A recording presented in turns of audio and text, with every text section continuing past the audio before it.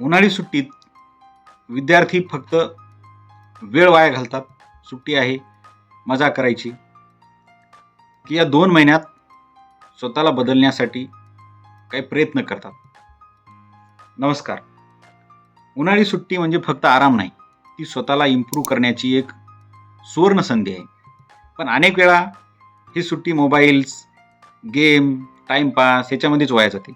म्हणून आज आपण बघणार आहोत की विद्यार्थी सुट्टीचा आनंद घेतानाच अभ्यास, त्याचबरोबर स्वतःमधले काही कौशल्य विकसित करणं असेल, आनंद घेणं असेल, याचा परफेक्ट बॅलन्स कसा ठेवू शकतात आणि पालकांनी त्यांना योग्य प्रकारे याच्यात कसं मार्गदर्शन करावं, हे आपण या पाहणार आहोत. सुट्टी म्हणजे फ्री टाईम नाही, तो सेल्फ ग्रोथ टाईम आहे असं मला वाटतं. शाळा चालू असताना आपल्याला एवढा मोकळा वेळ मिळत नाही, पण सुट्टीत आपण काय करू शकतो? मागील चुका सुधारू शकतो, मागील वर्षातल्या नवीन कौशल्य शिकू शकतो काही, आणि स्वतःला मेंटली आणि फिजिकली स्ट्रॉंग बनवू शकतो.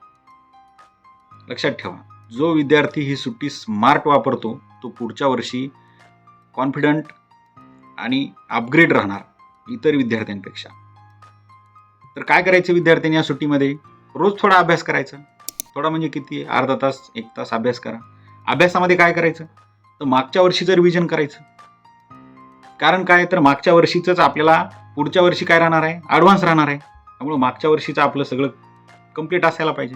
मॅथ असेल, सायन्स असेल, या सब्जेक्टचं बेसिक मजबूत करायचं आणि रोज 10-20 प्रश्न सोडवायचे. इंग्रजी असेल, मॅथ असेल आणि सायन्स असेल याचे. आणि सकाळी शक्यतो अभ्यास करा, म्हणजे सकाळी आपलं एकाग्रता जास्त असते. आणि काही गोष्टी आपल्याला क्रिएटिव्ह ॲक्टिव्हिटीज कराव्या लागतील उन्हाळी सुट्टीमध्ये. म्हणजे आपण जास्तीत जास्त प्रॅक्टिकलवर भर द्यायचा. ड्रॉइंग असेल, पेंटिंग असेल, ज्याला त्याच्यात आवड आहे त्यांनी ते करा. याच्यामध्ये काही मुलांना सायन्सचे एक्सपेरिमेंट करण्यामध्ये आवड असते, त्याच्यामध्ये करू शकतो आपण. काही रायटिंग करू शकतो, वाचन करू शकतो. रायटिंगमध्ये डेली डायरी असेल तुमची लिहिणं, शॉर्ट स्टोऱ्याज असतील, आहे की नाही. एक विद्यार्थी रोज काही मिनटं कोडिंग शिकला तर सुट्टी संपेपर्यंत मला वाटतं तो एखादा छोटासा ॲप्लिकेशन किंवा गेम बनवू शकतो. कोडिंगसुद्धा आज खूप महत्त्वाची आहे आणि ती सुद्धा तुम्ही यूट्यूबवर व्हिडिओ बघून सुद्धा शिकू शकता, शिकण्याची इच्छा असेल तर. त्याच्याबरोबर वाचनाची सवय लावली पाहिजे. आपण रोज 10-20 मिनटं वाचन करायचं. त्याच्यामध्ये स्टोरी बुक्स असतील, आपले इमॅजिनेशन वाढतं, आणि नॉलेज बुक असतील ते आपले थिंकिंग पॉवर वाढवतं. या दोन्ही गोष्टी आपण थोड्या 20-20 मिनटं वाचायला काय अडचण आहे. आणि वाचनामुळं आपले बऱ्याच शब्दसंग्रह वाढणार आहे, आपला आत्मविश्वास वाढणार आहे. त्याच्याबरोबर आपल्याला फिजिकल ॲक्टिव्हिटीसुद्धा करायच्या आहेत. त्याच्यामध्ये आपण आता खूप बाहेर ऊन आहे, तर संध्याकाळी क्रिकेट असेल, फुटबॉल असेल, बॅडमिंटन असेल, सायकलिंग असेल, रनिंग असेल, या गोष्टी करू शकतो. त्याचबरोबर स्विमिंग असेल. खेड्यातली मुलं पालकांच्या ऑब्झर्वेशन खाली ईर असेल, याच्यात आपण पालक सोबत असतील तेव्हाच जा. पालकांना सोडून मनानं जाऊ नका. या गोष्टी करायच्या आहेत. आजपासून आपण 7 दिवस चॅलेंज घ्यायचे. रोज 1 तास आपण काहीतरी नवीन गोष्टी शिकण्यामध्ये घालूया. 7 दिवसांनी स्वतःमध्ये 100% बदल जाणवणार. हे विद्यार्थ्यांनी करायचं आहे. आता पालकांनी काय करू शकतात पालक? तर आपल्याला एक सुवर्ण संधी आहे आपल्या मुलाची आवड कशात आहे ही ओळखण्याची. कारण आपण आता सुट्टीमध्ये मुलांना पण खूप वेळ भेटणार आहे, आपल्याला पण वेळ भेटणार आहे. प्रत्येक मुलगा हा एक युनिक आहे. आता काही मुलांना ड्रॉइंगमध्ये आवड असेल, काहींना सिंगिंगमध्ये असेल, काहींना सायन्समध्ये असेल, की एक्सपेरिमेंट करायचे वेगळे, काही चांगलं बोलू शकतात, काही ॲक्टिंग चांगली करतात. तर हे सगळं ऑब्झर्वेशन आपल्याला या सुट्टीत करायला चान्स आहे बघा, की मुलं कोणत्या ॲक्टिव्हिटीमध्ये जास्त वेळ घालवतात आणि आवडीने करतात. त्याच्यावरून आपण डिसाईड करू शकतो की आपल्या मुलाला कोणत्या गोष्टीमध्ये रस आहे. त्यावरून त्यांचा आपल्याला नॅचरल इंटरेस्ट काय ते पण ओळखता येईल. मुलांना वेगवेगळ्या गोष्टी ट्राय करू दिल्या पाहिजे. लगेच हे तुझ्यासाठी नाही असं म्हणू नका. त्यांना एक्सपेरिमेंट करू द्या. कारण कसं आहे, कृतीतूनच जास्त मुलं शिकत असतात. आणि उन्हाळी सुट्टीमध्ये त्यांना अजून आपल्याला काय करायचं आहे, एंगेज पण ठेवायचं आहे आणि त्यातून काहीतरी शिकले पाहिजे. म्हणजे मनोरंजन पण झालं पाहिजे आणि शिक्षण पण झालं पाहिजे, ठीक आहे नाही. एकत्र सायन्स एक्सपेरिमेंट आपण त्यांच्यासोबत करू शकतो. ड्रॉइंग, ज्या पालकांना आवड आहे ते ड्रॉइंग काढू शकतात मुलांसोबत.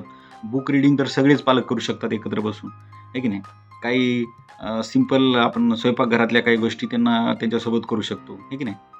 आणि आपल्या परसबागेमधली काही झाडं लावणे असेल, त्यांना पाणी देणं असेल, ह्या गोष्टी पण आपण मुलांसोबत करू शकतो. त्याच्यातून काय होईल, आपल्यातली बॉन्डिंग वाढेल, मुलांचा पण आत्मविश्वास वाढेल आणि त्यांना मोटिवेशन पण मिळेल, आपल्यासोबत ते राहतील, आपल्यासोबत वेळ घालवतील. एक खूप महत्त्वाची म्हणजे आपण एक हे म्हणू की सर्वात मोठी आपली पालकांची एक चूक होते ती म्हणजे मुलांना आपण काय करतो, एक तर पूर्ण फ्री सोडून देतो किंवा उलट अति प्रेशर टाकतो. या दोन्ही गोष्टी करायच्या नाहीत. एक बॅलन्स ठेवायचा आहे दोन्हीमध्ये. एक रुटीन तयार करायचं.